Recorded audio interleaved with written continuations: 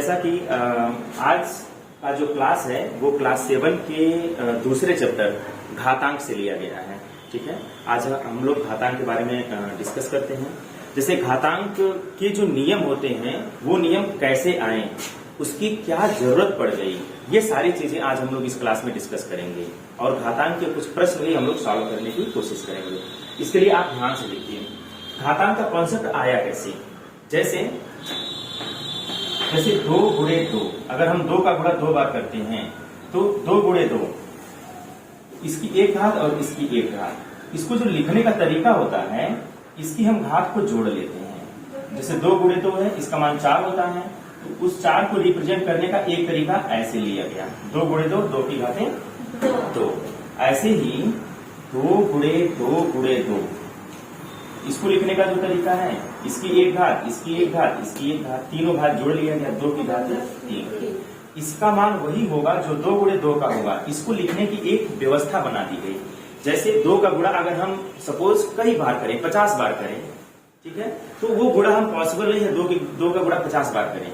इसके लिए क्या किया गया कि एक व्यवस्था बनाई गई, एक अरेंजमेंट बनाया गया कि 2 का गुणा अगर 50 बार है तो 2 की घात 50 लगा दिया जाए। ठीक है, तो यहाँ पर ये जो पहला 2 है, नीचे जो 2 लिखा है, इसी को हम आधार कहते हैं और ये जो है ये घात हो जाएगा। तो आधार 2 हो गया और घात क्या हो गई, घात भी इसका 2 हो गया। यहाँ तक सबको क्लियर हो गया। इसके बाद आप ध्यान से देखें, इन दोनों को अगर हम एक साथ लिखें, जैसे 2 गुणे 2, 2 की घातें 2 और इसको 2 की घातें 3, इन दोनों को हम एक साथ लिखें, इसी सीक्वेंस में लिखें 2 गुणे 2, ये चीज जो है पहला वाला हो गया। अब ये जो सेकेंड टर्म है उसको हम फिर लिख रहे हैं 2 गुणे 2 गुणे 2, इसकी घात 1, इसकी घात 1, इसकी घात 1। ठीक है, अब आप ध्यान से देखिए, इसका अगर हम गुणा करें तो ये क्या होगा, अगर हम टोटल एक साथ गुणा करें, इन दोनों को एक मान लें तो 1 2 3 4 5, 2 की घात कितनी हो जाएगी, 2 की घात 5 हो जाएगी। यहाँ पर आधार 2 और घात क्या हो गई, 5 हो गया। अब ये कैसे आया, आप ध्यान से देखिए, इसको हम लिख देंगे 2 की घातें 2 जुड़े, इसको लिख देंगे 2 की घातें 3 और 2 की घातें 2 गुणे 2 की घातें 3। यहाँ पे देखिए आधार समान है, गुणन की क्रिया है, आधार समान है, गुणन की क्रिया है, यानी मल्टीप्लाई किया गया है, बेस सेम है। इसके लिए क्या करेंगे, 2 और 3 को अगर हम जोड़े तो 5 आ जाएगा और इसी का मान तो है 2 की घातें 5। आधार समान है, गुणन की क्रिया है, घातें क्या हो गई, जुड़ जाती हैं, 2 और 3 5। या हम सीधे गुणा करके देखें, 2 की घातें 5 आ रहा है, इस प्रोसेस से जाए तब भी 2 की घातें 5 आ रहा है। इसका मतलब यह एक नियम बन गया कि अगर आधार समान है, गुणन की क्रिया है, तो घातों को हम क्या कर ले रहे हैं, घातों को हम जोड़ ले रहे हैं। यही घातांक का नियम है। आप सबको ये बात समझ में आ गई। अब देखिए घातांक का नियम, जैसे आधार समान है, गुणन की क्रिया है, इसकी घात m है, इसकी घात n है, आधार समान, गुणन की क्रिया, घातों को हमने जोड़ दिया। ठीक है, इसका जो सेकेंड नियम है, ध्यान से देखिए, ये आया कैसे, a की घातें m बटे a की घातें m। अगर भाग की क्रिया हो तो क्या करेंगे, तो भाग भी जो है ये गुणा का रिवर्स प्रोसेस होता है। मल्टीप्लाई क्या होता है, रिवर्स प्रोसेस ऑफ डिवीजन। ठीक है ना, अगर भाग है तो उसका रिवर्स प्रोसेस करेंगे, गुणा हो जाएगा। तो इसको ऐसे समझिए, यहाँ से a की घातें m है, इसको ऊपर ले जाएंगे माइनस हो जाएगा, इसकी घात क्या हो जाएगी, माइनस हो जाएगी, a की घातें माइनस m। फिर देखिए आधार समान है, गुणन की क्रिया, तो घातों को हम जोड़ लेंगे, m प्लस माइनस m, तो प्लस माइनस माइनस हो जाएगा, m माइनस m, तो a की घातें m माइनस m हो गया।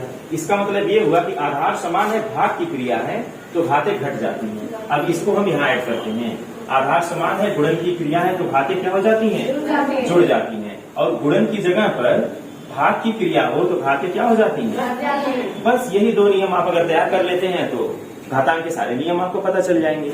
इसके इतर, ये तो हो गया घातांक का नियम। इसके इतर आपको क्या करना है, 2 की घात 0 से लेकर के 2 की घातें 10 तक का सारा मान आपको याद रखना है। देखिए 2 की घातें 0 का मान 1 होता है, 2 की घातें 0 का मान 1। किसी भी संख्या के पावर 0 है तो उसका मान क्या हो जाएगा, 1 हो जाता है। जैसे 5 टू द पावर 0 है, इसका मान 1 हो जाता है। इसको जानने के लिए हम लोग क्या करें, इसको जानने के लिए ध्यान से देखिए, किसी भी संख्या की घात 0, उसका मान 1 कैसे आता है।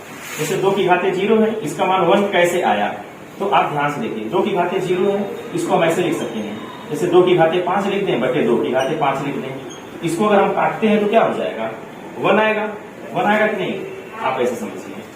अब इस 2 की घातें 5 को ऊपर लीजिए, ये 2 की घातें 5 है, आधार समान है, भाग की क्रिया, तो घातें घट जाएंगी।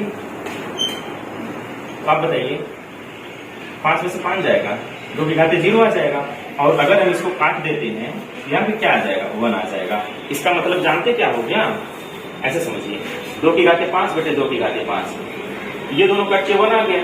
और घातांक का नियम लगाएंगे 5 माइनस 5 0 हो जाएगा, 2 की घाते 0।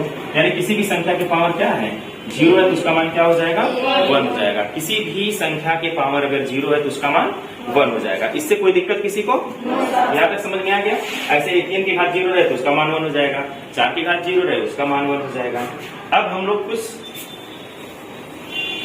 चीजें और इसमें डिस्कस कर लेते हैं। जैसे वो चार्ट पेपर का है, इसको निकाल दीजिए, चार्ट पेपर निकाल दीजिए। यहाँ पे ध्यान से देखिए, ये आपको याद रखना है, 2 की घाते 0 का मान 1, 2 की घाते 10 का मान 1024। ऐसे 3 की घाते 0 का मान 1 है, और 3 की घाते 6 तक का आपको याद करना, बहुत ज्यादा नहीं याद करना है। 5 घाते 0 से 5 घाते 6 तक का आपको मान याद रखना है, ठीक है।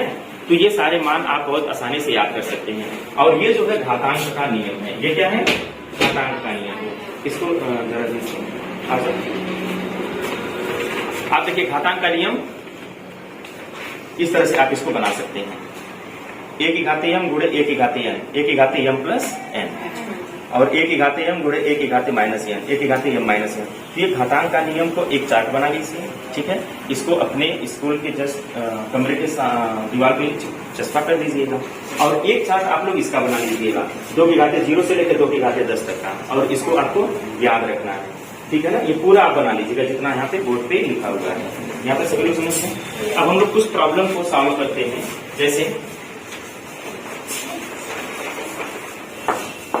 जैसे अगर लिखा रहे 2/3, इसकी घात लिखा रहे 3 गुणे 2/3, इसकी घात अगर हम दे दें सपोज 5, फिर हम भाग लगा दें 2/3, इसकी घात 4। हम क्या करेंगे, इसके बाद आधार समान दिख रहा है कि नहीं दिख रहा है, गुणन की भी क्रिया है और भाग की भी क्रिया है। तो जो भाग की क्रिया होती है उसको घटा देते हैं, और जो गुणन की क्रिया होती है उसको, हाँ, 2/3 की घात क्या हो जाएगा, 3 + 5, और ये भाग की क्रिया है -4। घातों को जोड़ दिए और घटा भी दिए, तो हो जाएगा 2/3, 5 3 8 - 4, 8 में से 4 जाएगा, 2/3 की घाते क्या आ जाएगा, 4। इसका मतलब आ जाएगा 2/3 का गुणा कितनी बार करना है, 2/3 की घात 4 है, तो इसका क्या मतलब हुआ, 2/3 का गुणा, तेजी से बोलिए, 2/3 का गुणा कितनी बार, 4 बार करेंगे, और 2 का गुणा 4 बार करेंगे, 2 दूनी 4, 2 8 दूनी 16। यहाँ देखिए 2 की घाते 4 का मान कितना है, 16 है। ये हो जाएगा 16/3 गुणे 3 गुणे 3 गुणे 3, 3 की घाते 4, इसका मान क्या हो जाएगा, 81। हाँ, 3 की घाते 4, इसका मान क्या हो जाएगा, 81 हो जाएगा। 3 की घाते 4 का मान 81 हो जाएगा। तो यही आंसर हो जाएगा इसका। तो इस तरह से आप देख रहे हैं कि अगर आधार समान है, गुणन की क्रिया है, तो घाते जुड़ जाती हैं, और आधार समान है, भाग की क्रिया है, तो घाते क्या हो जाती हैं, घट जाती हैं। यहाँ तक सबको समझ में आ गया, किसी को कोई दिक्कत, ठीक है। कुछ क्वेश्चन आप लोगों से पूछते हैं, फिर हो जाइए। अनुष्का, 2 की घाते 10 का मान क्या होता है, 10/24। तेजी से बोलिए, 10/24। गुड, बहुत अच्छे। संयोगिता, 2 की घाते 5 का मान, 32। शाबाश। 2 की घाते 5 का मान कितना होता है, आप बताओ। 2 की घात नहीं, आप बताइए 5 की घाते 6 का मान क्या होता है, 15 6 25। 15 625। चलो बताओ, 3 की घाते 4 का मान क्या होगा, 3 की घाते 4, 81। 3 की घाते 4 अभी अभी यूज हुआ है, 3 की घाते 4 का मान क्या हो जाएगा, 81 हो जाएगा। 3 की घाते 6 का मान क्या होगा, 3 की घाते 6 का मान 729। इस तरह से आप सारे मान आप याद रखिएगा, कोई बहुत टफ नहीं है। इसका एक चार्ट बना लीजिएगा, और ये वैल्यूज याद रहना चाहिए हमेशा, ठीक है ना। और ये कैसे आता है, किसी भी संख्या में, जैसे 3 की घाते 6, 3 का गुणा 6 बार करिएगा, लिखिएगा, जो रिजल्ट आएगा अपने आप याद हो जाएगा। रटने की कोशिश नहीं करना है, इसको क्या करना है, हमें समझना है और प्रैक्टिस करना है, ठीक है। गणित आपको समझ में आ जाएगी। Okay, thank you.